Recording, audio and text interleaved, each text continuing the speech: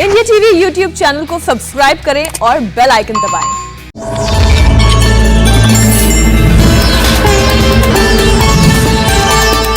नमस्कार, भविष्यवाणी में आपका स्वागत है। रोज की तरह एक बार फिर मैं हाजिर हूं आपका भविष्य, आपकी राशि का भविष्य बताने के लिए। आज श्रावण शुक्ल पक्ष की उदया तिथि पंचमी और शुक्रवार का दिन है। पंचमी तिथि आज दोपहर 1:42 तक ही रहेगी। उसके बाद षष्ठी तिथि लग जाएगी। आज दोपहर 1:47 तक साध्य योग रहेगा। साथ ही आज सुबह 8 बजे तक हस्त नक्षत्र भी रहेगा। उसके बाद चित्रा नक्षत्र लग जाएगा। आज नाग पंचमी है। आगे हम इसी पर विस्तृत चर्चा करेंगे। दोस्तों, आप जानते हैं कि सही वक्त पर किया गया काम हमेशा सही फल देता है।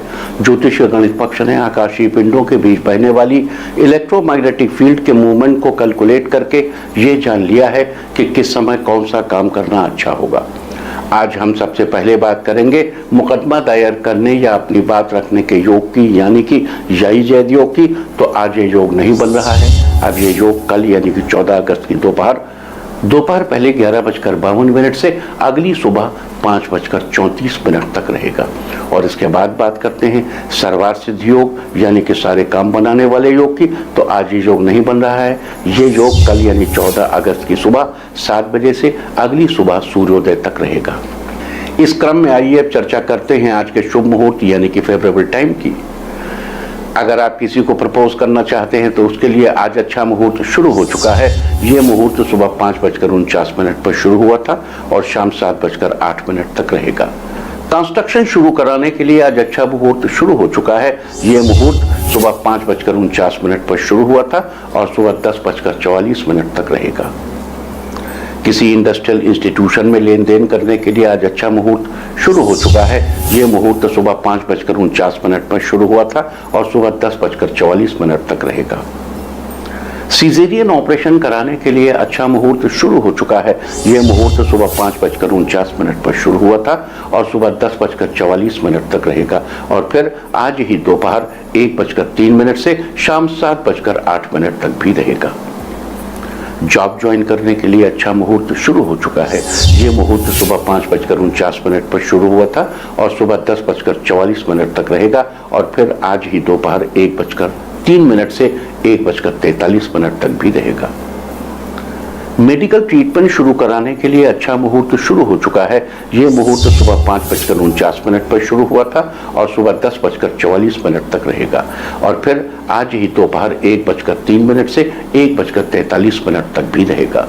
और अब बात आती है अशुभ समय की। आकाश में कभी कभी ग्रहों की मिलीजुली इलेक्ट्रोमैग्नेटिक फील्ड कुछ क्षणों के लिए नेगेटिव हो जाती है। इस अशुभ क्रांति साम्य से एक नेगेटिव स्पार्क पैदा होता है। इससे चारों तरफ नेगेटिविटी फैल जाती है। इस समय में कोई भी शुभ कार्य करने से सफलता नहीं मिलती। आज कोई अशुभ समय नहीं है। अब यह अशुभ समय कल यानी कि 14 अगस्त की रात 9:24 पर रहेगा। वैसे तो इससे सभी राशियां प्रभावित होंगी, लेकिन कर्क, तुला, धनु और मकर राशियां विशेष रूप से प्रभावित होंगी। ध्यान रहे, इस समय के 12 मिनट पहले और 12 मिनट बाद तक कोई भी शुभ कार्य नहीं करना चाहिए। इसके साथ ही एक बात और बता दूं कि काम शुरू करते वक्त राहुकाल का ध्यान रखना बेहद जरूरी है। राहुकाल के दौरान कोई काम शुरू नहीं करना चाहिए। अगर कोई काम पहले से चल रहा है तो उसे जारी रख सकते हैं। आज दिल्ली में राहुकाल होगा सुबह 10:47 से दोपहर 12:26 तक।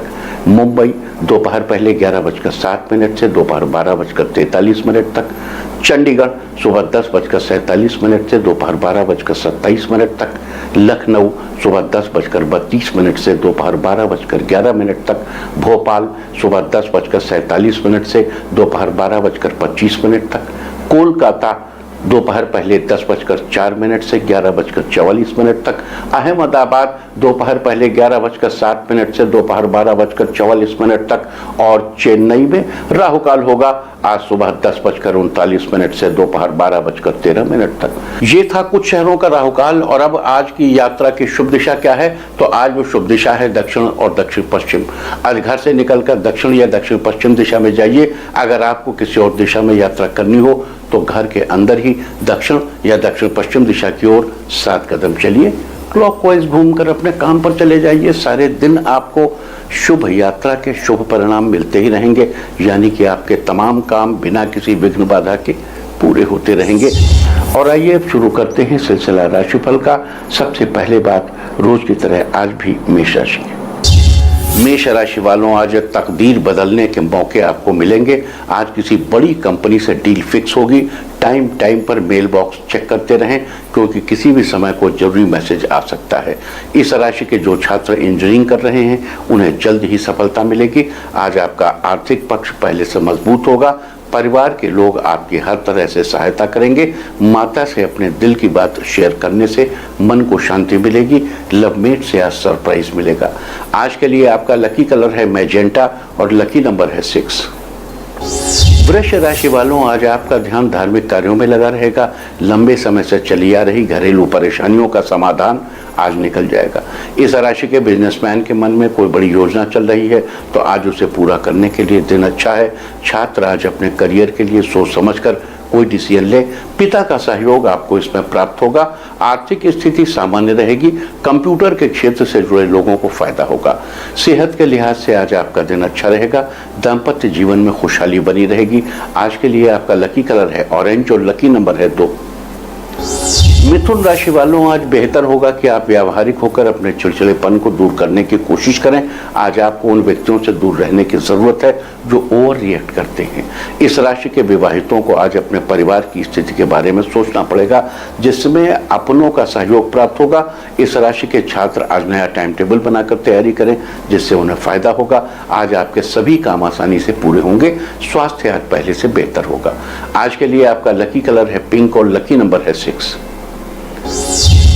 कर्क राशि वालों, आज आप कोई नया काम शुरू करने की योजना बनाएंगे। इससे आगे चलकर आपको आर्थिक लाभ होगा। उधार दिया हुआ पैसा आज आपको वापस मिलेगा। आज आप खुद को बदली हुई भूमिका में महसूस करेंगे। आज आपका कोई मित्र कारोबार में साझेदारी के लिए हाथ बढ़ाएगा। आज आप अपनी पर्सनालिटी में अच्छे सुधार लाएंगे, जिससे लोग आपसे प्रभावित होंगे। इस राशि के जो छात्र मास कम्युनिकेशन कर रहे हैं उनके लिए आज का दिन अच्छा है। सेहत आज फिट एंड फाइन रहेगी। दाम्पत्य जीवन में खुशियां बनी रहेंगी। आज के लिए आपका लकी कलर है ब्राउन और लकी नंबर है 4। सिंह राशि वालों, आज आपको जीवन साथी से कोई खुशखबरी सुनने को मिलेगी। आज आपका व्यक्तित्व प्रभावशाली रहेगा, जो आपके विरोधियों के सामने पहाड़ बनकर खड़ा नजर आएगा। कारोबार में आ रही समस्याओं को सॉल्व करने के लिए पिता का सहयोग प्राप्त होगा। छात्रों को आज जीवन के महत्वपूर्ण लक्ष्यों पर फोकस करने की जरूरत है। प्रॉपर्टी में निवेश करने के लिए आज का दिन बहुत अच्छा है। बाहर का तला भुना खाने को अवॉइड करें। आज वाहन लेने के योग बन रहे हैं। आज के लिए आपका लकी कलर है पीच और लकी नंबर है 9। कन्या राशि वालों, आज कामकाज में मन लगा रहेगा। कार्य क्षेत्र में परफॉर्मेंस अच्छी होने से ऑफिस में आपकी अलग पहचान बनेगी। महत्वपूर्ण लोगों के साथ बातचीत करते समय सतर्क रहें। कोई ज्ञान की बात सुनने को मिलेगी। इस राशि के जो लोग वकील हैं वो आज अपने किसी पुराने केस पर स्टडी करेंगे। विरोधी पक्ष आज आपको भ्रमित करने की पूरी कोशिश करेंगे। समझदारी से काम लेने पर सभी कार्य सरलतापूर्वक पूरे हो जाएंगे। लवमेट आज अपने साथी की भावनाओं को समझेंगे। आज के लिए आपका लकी कलर है रेड और लकी नंबर है 2। तुला राशि वालों, आज का दिन बहुत ही बढ़िया रहने वाला है। महिलाएं आज अपना घरेलू काम समय से पहले पूरा कर लेंगी। इस राशि के नवविवाहित आज अपने साथी को कोई उपहार देंगे। न्यूली मैरिड छात्रों के लिए आज का दिन सामान्य रहेगा। साथ ही गुरु का सहयोग भी मिलेगा। जो लोग नौकरी की तलाश कर रहे हैं आज उन्हें किसी अच्छी कंपनी से इंटरव्यू के लिए कॉल आएगा। आज घर परिवार में पॉजिटिविटी बनी रहेगी। बच्चों का खेलते समय बच्चों का खास ध्यान रखें। आज के लिए आपका लकी कलर है मैरून और लकी नंबर है 3। वृश्चिक राशि वालों, आज आपका ध्यान पुराने कार्यों को पूरा करने में अधिक लगा रहेगा। व्यापार बढ़ाने को लेकर कोई शानदार योजना बनाएंगे, जिसमें भाई का सहयोग प्राप्त होगा। महिलाएं आज घर के लिए कुछ खरीदारी करेंगी। अविवाहितों को विवाह के प्रस्ताव आएंगे। साथ ही किसी अच्छी जगह रिश्ता तय भी हो सकता है। शाम को परिवार वालों के साथ समय बीतेगा। इससे रिश्तों में मधुरता बनी रहेगी। माता आपके लिए आपके मनपसंद का भोजन बनाएंगी। स्वास्थ्य के लिहाज से आज का दिन बढ़िया है। आज के लिए आपका लकी कलर है येलो और लकी नंबर है 1। धनु राशि वालों, आज ऑफिस के कार्यों में आपकी परफॉर्मेंस सराहनीय रहेगी। साथ ही बॉस आपकी तारीफ भी करेंगे। कार्य क्षेत्र में आ रही रुकावटों से आप थोड़े परेशान हो सकते हैं। माता पिता की कोई उपयोगी सलाह लेने से आपको सफलता मिलेगी। इस राशि के छात्र आज एकाग्र मन से पढ़ाई करें तो रिजल्ट पॉजिटिव मिलेगा। सामाजिक कार्यों में सहयोग देने से आपका सम्मान बढ़ेगा। संतान की ओर से आज आपको खुशखबरी मिलेगी। आज आपके पारिवारिक रिश्ते मजबूत होंगे। आज के लिए आपका लकी कलर है ब्लू और लकी नंबर है 6। मकर राशि वालों, आज का दिन खुशनुमा रहने वाला है। कारोबार में आप एक लय बनाकर काम करिए जिससे समय की बचत होगी। आज अपने दायरे और ज्ञान को बढ़ाने की कोशिश करेंगे जिसमें आपको सफलता हासिल होगी। आज आपकी सेहत में थोड़ा उतार चढ़ाव बना रहेगा। अपने साथ माता की सेहत का भी खास ख्याल रखें। अगर किसी दोस्त से कई दिनों से मनमुटाव चल रहा है तो आज समाप्त हो जाएगा। भाई बहन के साथ रिश्ते और बेहतर होंगे। आज के लिए आपका लकी कलर है ग्रीन और लकी नंबर है 5। कुंभ राशि वालों, आज का दिन सामान्य रहने वाला है। छात्र आज अपने करियर में सफलता के बेहद करीब रहेंगे। महिलाएं आज किट्टी पार्टी में जाएंगी। आज जीवन साथी के साथ मीठी नोक-झोंक होगी, इससे रिश्ते में और मिठास आएगी। घर में किसी रिश्तेदार का आगमन होगा। बच्चे आज खेलकूद में व्यस्त रहेंगे। कॉस्मेटिक्स का व्यापार कर रहे लोगों को आज उम्मीद से ज्यादा फायदा होगा। लवमेट आज लंच का प्लान बनाएंगे। आज आप अनचाहे ख्यालों को दिमाग में न आने दें। आज के लिए आपका लकी कलर है सिल्वर और लकी नंबर है 8। मीन राशि वालों, आज आपका मन कुछ नया करने का करेगा। सौंदर्य प्रसाधन का व्यापार कर रहे लोगों को आज अच्छा मुनाफा होने वाला है। आज आपको आमदनी के नए रास्ते मिलेंगे। छात्र उच्च शिक्षा प्राप्त करने के लिए आज किसी अच्छे कॉलेज में दाखिला लेने का मन बनाएंगे। इस राशि के जो लोग टेंट हाउस का कारोबार कर रहे हैं उनके लिए आज का दिन अच्छा रहने वाला है। आज के लिए आपका लकी कलर है पर्पल और लकी नंबर है 7। और अब बात उनकी जिनका जन्मदिन है।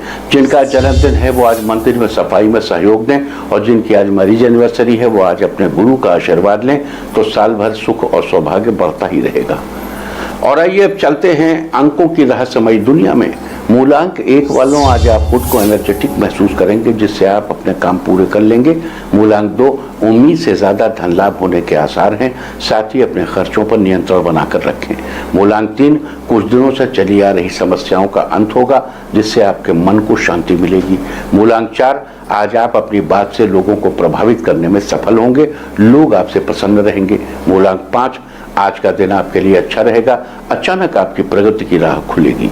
मूलांक 6, आज आपको अपने कार्यों में सफलता मिलेगी जिससे आपका मन प्रसन्न रहेगा। मूलांक 7, आज आप पर कई तरह की जिम्मेदारियां आएंगी जिसे पूरा करने में आप सफल होंगे। मूलांक 8, छात्रों के लिए आज का दिन बेहतरीन रहेगा। प्रतियोगी परीक्षा का परिणाम आपके पक्ष में आएगा।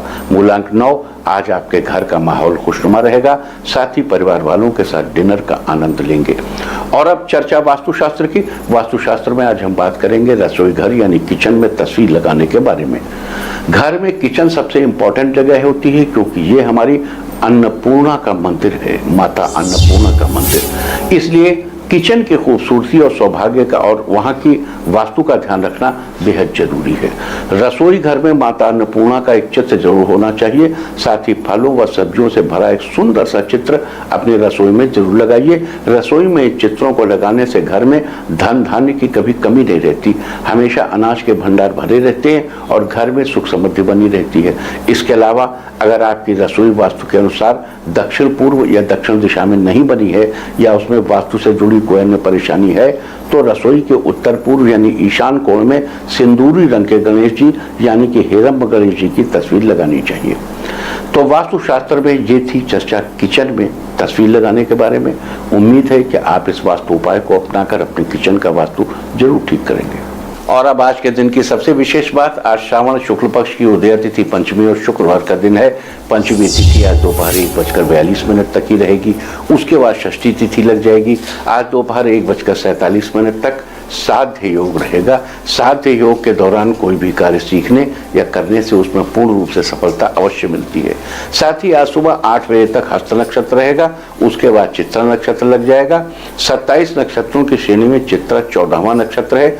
इसके स्वामी मंगल हैं, जबकि चित्रा नक्षत्र 2 राशियों में है। इस नक्षत्र का प्रतीक चिन्ह चमकीले रत्न को माना जाता है, जबकि पेड़ पौधों में इसका संबंध बेल के पेड़ से बताया गया है। लिहाजा आज चित्रा नक्षत्र के दौरान बेल के पेड़ की उपासना बड़ी ही शुभ फलदायी होगी, खासकर उन लोगों के लिए जिनका जन्म ही चित्रा नक्षत्र में हुआ है। तो ये थी चर्चा साध्य योग और चित्रा नक्षत्र की। और अब बात करते हैं आज नाग पंचमी की। आप जानते हैं कि हर साल श्रावण शुक्ल पक्ष की पंचमी तिथि को नाग पंचमी का पर्व मनाने का विधान है। हमारे देवताओं के बीच नागों का हमेशा से अहम स्थान रहा है। उदाहरण के लिए आप देख सकते हैं, श्री विष्णु शेषनाग की शैया पर सोते हैं। भगवान शंकर अपने गले में नागों को यज्ञोपवीत के रूप में रखते हैं। गणेश जी के यज्ञोपवीत में भी नाग है, भगवान शंकर के तो गले में बिल्कुल नाग रहता है। भगवत गीता में भगवान श्री कृष्ण ने अपने को सर्पों में वासुकी और नागों में अनंत कहा है। बता दूं कि दक्षिण भारत में नागपंचमी के दिन लकड़ी की चौकी पर लाल चंदन से सर्प बनाए जाते हैं या मिट्टी के पीले या काले रंग के सांपों की प्रतिमाएं बनाई और खरीदी जाती हैं और उनकी दूध से पूजा की जाती है। कई घरों में दीवार पर गेरू पोतकर पूजन का स्थान बनाया जाता है और फिर उस दीवार पर कच्चे दूध में कोयला घिसकर उससे एक घर की आकृति बनाई जाती है और उसके अंदर नागों की आकृति बनाकर उनकी पूजा की जाती है।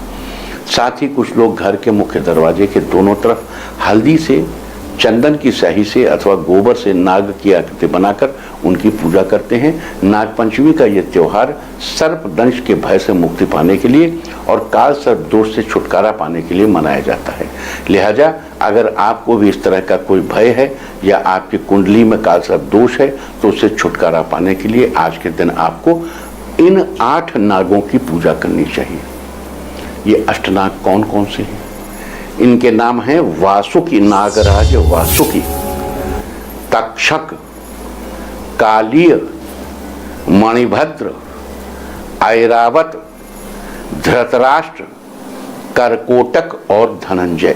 देखिए, ऐरावत वैसे इंद्र के हाथी का नाम ऐरावत है, लेकिन ऐरावत एक नाग का नाम भी है। धृतराष्ट्र दुर्योधन के पिताजी थे महाभारत में, लेकिन एक नाग का नाम भी धृतराष्ट्र है। ऐसे ही करकोटक और धनंजय भी नागों के नाम हैं। आपको बता दूं कि प्रत्येक जनपत्रिका में राहु से केतु 7वें खाने में होता है और काल सर्प दोष का मतलब है सारे ग्रहों का राहु और केतु के एक ही तरफ होना। अतः आपकी जनपत्रिका में ऐसी स्थिति बन रही है तो आपको आज नागपंचमी की पूजा जरूर करनी चाहिए।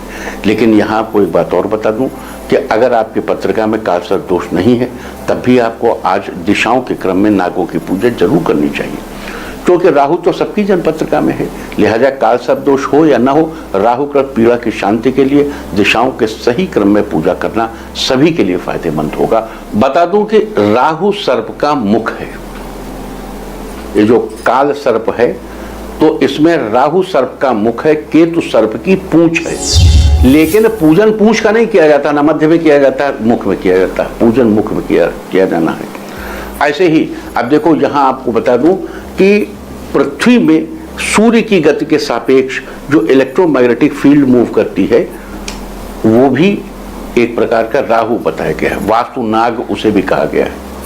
उसकी दाहिनी कोख में पूजन करना चाहिए। लेकिन यहाँ जब नागपंचमी की पूजा हो रही है तो मुख में पूजन करना है।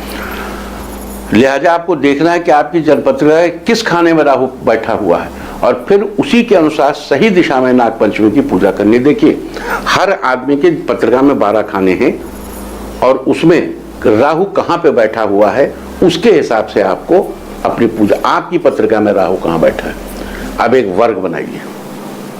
इसके अनुसार ईशान कोण यानी उत्तर पूर्व दिशा में वासुकी नाग की पूजा करनी चाहिए। पूर्व दिशा में आप चाहे तो कागज पे लिख लीजिए, तक्षक की पूजा करनी चाहिए।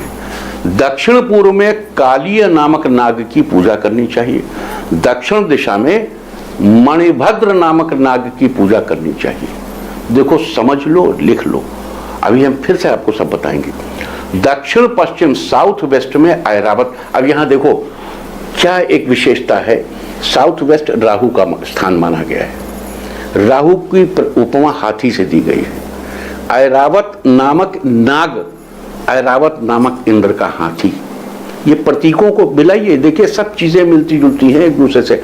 एक ये जो हमारा धर्म है, भारतीय धर्म, हमारा हिंदू धर्म, ये एक जीवन शैली है।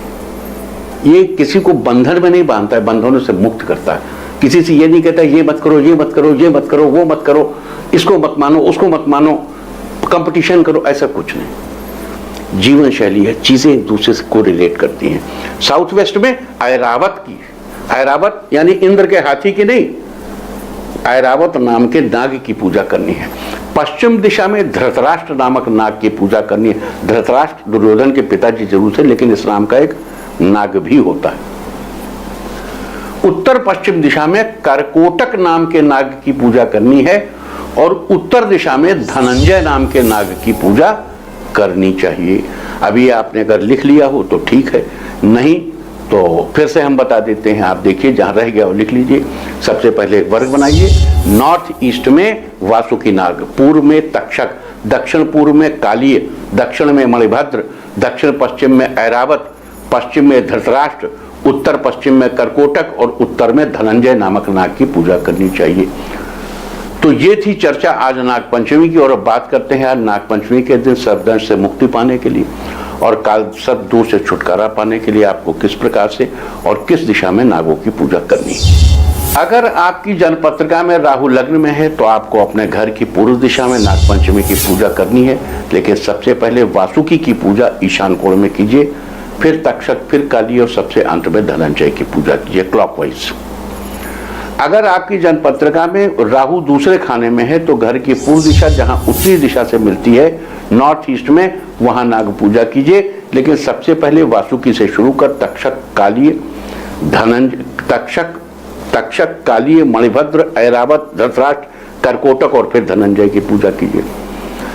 अब यहां पे देखिए, समझने वाली बात है कि यदि आपकी जन्मपत्रिका में राहु थर्ड हाउस में है तो घर की उत्तरी दिशा जहां पूर्व दिशा को छूती है वहां पे उत्तरी दिशा जहां पूर्व दिशा, अभी पूर्वी दिशा जहां उत्तर को छू रही थी वहां पूजा की थी आपने वासुकी की। अभी उत्तरी दिशा की लाइन आकर के जहां पूर्व को छू रही वहां पे नाग पूजन कीजिए। देखने में दोनों एक ही जैसे, उत्तर पूर्व एक ही कोने में तो मिल रहा है, लेकिन इस कोने को भी तो 45 डिग्री पे काट सकते हैं आप। एक पूर्वी हिस्सा, एक उत्तरी हिस्सा, तो जो इसका उत्तरी हिस्सा है वहां पे नाग पूजन कीजिए। लेकिन यहां अब आपको क्लियर कर दूं, नॉर्थ ईस्ट में वासुकी है, वासुकी नागराज, ठीक है, तो वासुकी से ही पूजा शुरू करेंगे। फिर क्रमशः तक्षक, कालीय, मणिभद्र, ऐरावत, धृतराष्ट्र, करकोटक और फिर धनंजय का पूजन करना है। अब आते हैं, राहु अगर चौथे घर में है तो घर की उत्तर दिशा में पूजन करनी है, लेकिन सबसे पहले पूजा वासुकी की करेंगे, फिर धनंजय की करेंगे, उसके बाद तक्षक पे आएंगे। ध्यान से देखिएगा, नंबर 1 वासुकी सबसे ऊपर नॉर्थ ईस्ट में, फिर धनंजय उत्तर, अब फिर क्लॉकवाइज हो जाइए। अब वासुकी के बगल में इधर पूर्व में तक्षक, कालीय, मणिभद्र, ऐरावत, धृतराष्ट्र, करकोटक, ठीक है। अब मान लिए करकोटक का उत्तर पश्चिम, अगर आपकी जन्मपत्रिका में राहु छठे घर में पड़ा है, 5वें स्थान पर है, 5th हाउस में, चौथे के बाद तो 5वां घर आएगा ना, तो उत्तरी दिशा जहां पहले इधर छू रही थी अब पश्चिम को भी तो छुएगी, जहां पश्चिम को छूती वहां नाग पूजन करें, लेकिन पहले नागराज वासुकी का पूजन करें और फिर यहां पे, फिर उसके बाद करकोटक का पूजन करें, फिर धनंजय, तक्षक, कालीय, मणिभद्र, ऐरावत और आखिर में धृतराष्ट्र का पूजन करें। यदि राहु आपकी जन्मपत्रिका के छठे घर में है तो घर की पश्चिम दिशा जहां उत्तर को छू रही है वहां नाग पूजा करनी है, लेकिन सबसे पहले वासुकी। देखो, बार बार आपको याद दिला दूं, पहली पूजा नागों में नागराज वासुकी की ही होगी, वो नागराज है वासुकी की। फिर आप आएंगे करकोटक, फिर धनंजय, फिर तक्षक, कालीय, मणिभद्र, ऐरावत और धृतराष्ट्र का पूजन करेंगे। अगर सप्तम स्थान पे आपकी जन्मपत्रिका में 7वें घर में राहु हो तो घर की पश्चिम दिशा में नाग का पूजन करें, और पश्चिम दिशा के नाग पूजन में गाय के गोबर का बड़ा महत्व है, बड़ा महत्व है। अगर उससे कुछ बना सकें तो बहुत अच्छा, नहीं बना सकते कोई बात नहीं, आप सामान्य पूजा कीजिए, लेकिन सबसे पहले वासुकी, फिर धृतराष्ट्र, फिर करकोटक, धनंजय, कालीय, मणिभद्र, ऐरावत, ऐसे। और यदि आपके राहु आपकी जन्मपत्रिका के 8वें खाने में हो तो घर की पश्चिमी दीवार जहां दक्षिणी दिशा को स्पर्श करती हो वहां नाग पूजा करनी चाहिए, लेकिन सबसे पहले वासुकी, फिर यहाँ आइए, फिर यहाँ से चलिए, फिर पहले ऐरावत, फिर धृतराष्ट्र, फिर करकोटक, फिर धनंजय के बाद तक्षक, फिर कालीय, फिर मणिभद्र का पूजन करना चाहिए। अगर राहु 9वें खाने में हो तो साउथ की वॉल, दक्षिण की वॉल जहां पश्चिम दिशा को छूती हो उस जगह पर नाग पूजा करें। देखो भाई एक बात बताओ, एक दीवार ये आ रही है, एक दीवार ये आ रही है। अगर आपको दीवार में बनाना है तो ये पश्चिम की तरफ से आ रही दीवार इस पे बना सकते हैं, और ये दक्षिण की तरफ से आ रही है, और दक्षिणी दीवार जहां पश्चिम को छूती है, अगर आपके वहां हमने जैसा बताया तो इस दक्षिण वाली दीवार में आप बनाइए नाग की आकृति और वहां पे पूजा कीजिए। और पूजा सबसे पहले वासुकी की, फिर ऐरावत, फिर धृतराष्ट्र, फिर कर्कोटक, फिर धनंजय, फिर तक्षक, फिर काली और फिर मणिभद्र का पूजन करें। अगर राहु जन्मपत्रिका के 10वें खाने में है तो दक्षिण दिशा में आपको अपने घर की दक्षिण दिशा वाली दीवार पर वो बनाना है, ऐपन से बना ले, जैसे भी आप बनाते हो, आपकी जो लोक परंपरा हो तो। लेकिन पहले वासुकी, फिर मणिभद्र, फिर ऐरावत, फिर देखो मूवमेंट क्लॉकवाइज है। जैसे साउथ में पहले मणिभद्र, फिर आए साउथ वेस्ट में यानी ऐरावत, फिर पश्चिम में धृतराष्ट्र, फिर नॉर्थ वेस्ट में कर्कोटक, उत्तर में धनंजय, पूर्व में तक्षक और दक्षिण पूर्व में कालिये का पूजन करें। तो अगर आपकी जन्मपत्रिका में राहु एकादश स्थान पर हो तो जहां दक्षिणी दिशा पूर्वी दिशा को छूती है, दक्षिणी दिशा में नाग पूजा करनी है, जहां दक्षिणी दिशा पूर्वी दिशा को छूती है। और सबसे पहले वासुकी, फिर कालिये, मणिभद्र, धृतराष्ट्र, कर्कोटक, धनंजय और तक्षक की पूजा करें। और अगर आपकी जन्मपत्रिका में राहु 12वें खाने में हो तो घर की पूर्वी दिशा जहां पर दक्षिण दिशा को छूती है उस जगह पर बैठकर नाग पूजा करनी है। और सबसे पहले नागराज वासुकी, फिर कालिये, फिर ऐरावत, धृतराष्ट्र, कर्कोटक, धनंजय और अंत में तक्षक की पूजा करनी है। तो ये सारी चर्चा थी आज पंचमी के बारे में, नाग पंचमी के बारे में। उम्मीद है कि आप इस चर्चा का लाभ जरूर उठाएंगे। देखो जैसे 12वें खाने में है तो यहाँ सबसे पहले आपने वासुकी की, फिर आप इस कोने में आए, फिर दक्षिण पश्चिम, फिर पश्चिम, फिर उत्तर पश्चिम, फिर उत्तर, इस तरीके से आपको पूजा करनी है और फिर पूर्व में करनी है। और अब बात आज के तीर्थ की। गोकर्णेश्वर महादेव मंदिर मथुरा में एक टीले पर बना है जिसे गोकर्णेश्वर अथवा कैलाश मंदिर कहते हैं। ये मथुरा का अत्यंत प्राचीन स्थान है। ये मंदिर भगवान गोकर्णनाथ को समर्पित है, जिनके बारे में कहा जाता है उन्होंने गोकर्ण अर्थात गाय के कान से जन्म लिया था। 1936 में अंग्रेजों द्वारा मथुरा में खुदाई कराई जा रही थी। गोकर्णेश्वर टीले पर खुदाई के दौरान कुषाण कालीन 2000 वर्ष पुराना शिलापट मिला, जिसके बीच में शिवलिंग और अगल बगल विदेशी शक को दिखाया गया है। अब ये शक विदेशी थे या नहीं ये हम नहीं कह सकते। अगल बगल शकों को खड़ा दिखाया गया। उनके हाथ में एक पुष्प है और एक हाथ में माला, उसमें वो शिवलिंग की पूजन कर रहे हैं। तो आप भी करें इस दिव्य स्थान के दर्शन। और अब बात सामुद्रिक शास्त्र की। सामुद्रिक शास्त्र में आज हम बात करेंगे सामान्य से बाहर की ओर निकले हुए ललाट यानी माथे वाले लोगों के बारे में। सामुद्रिक शास्त्र के अनुसार अगर ललाट सामान्य से थोड़ा बहुत ही बाहर की ओर उभरा हुआ हो तो वो व्यक्ति जीनियस होता है। उसकी सूझबूझ बहुत ही अच्छी होती है, जिससे वो अपना काम बेहतर ढंग से कर पाता है। लेकिन अगर ललाट सामान्य से ज़्यादा उभरा हुआ हो तो चेहरे को देखने पर पहली नज़र ललाट पर ही पड़ती हो तो उस व्यक्ति में थोड़ी मानसिक विकृति यानी एबनॉर्मलिटी देखने को मिलती है।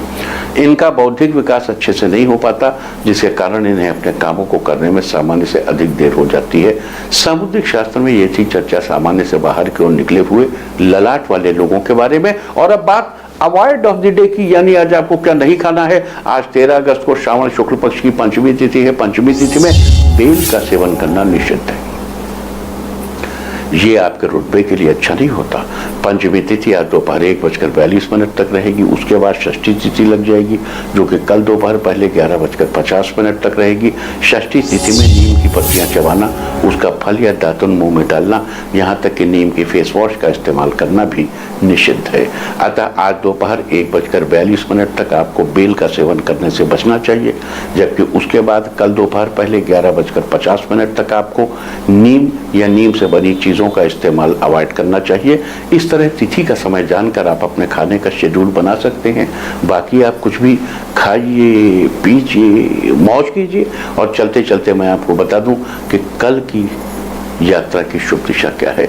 तो कल की यात्रा की शुभ दिशा है दक्षिण पश्चिम और पश्चिम। और अब सावधान कोरोना। ओम नमो निसिंहाय हिरण्यकश्यप वक्षस्थल विदारणाय त्रिभुवन व्यापकाय कृमि विष विषाणु कुलोन्मूलनाय स्तंभोद्भवाय समस्त दोषान हर हर विसर विसर पच पच हन हन कंपय कंपय। मत रिंग रिंग रिंग, फट फट ठा ठा, ए हे रुद्र आज्ञापयति स्वाहा। और अब वक्त है आज की टिप ऑफ द डे का। आज घर से दर्पण देखकर निकले सारे दिन आपको खुशियां ही खुशियां हासिल होती रहेंगी। और अपना राशिफल जानने के लिए लॉग ऑन करें www.indiatv.in और मुझसे व्यक्तिगत संपर्क करने के लिए फोन करें 0124-472-1000 और 9971000226। भविष्यवाणी में फिलहाल इतना ही। नमस्कार।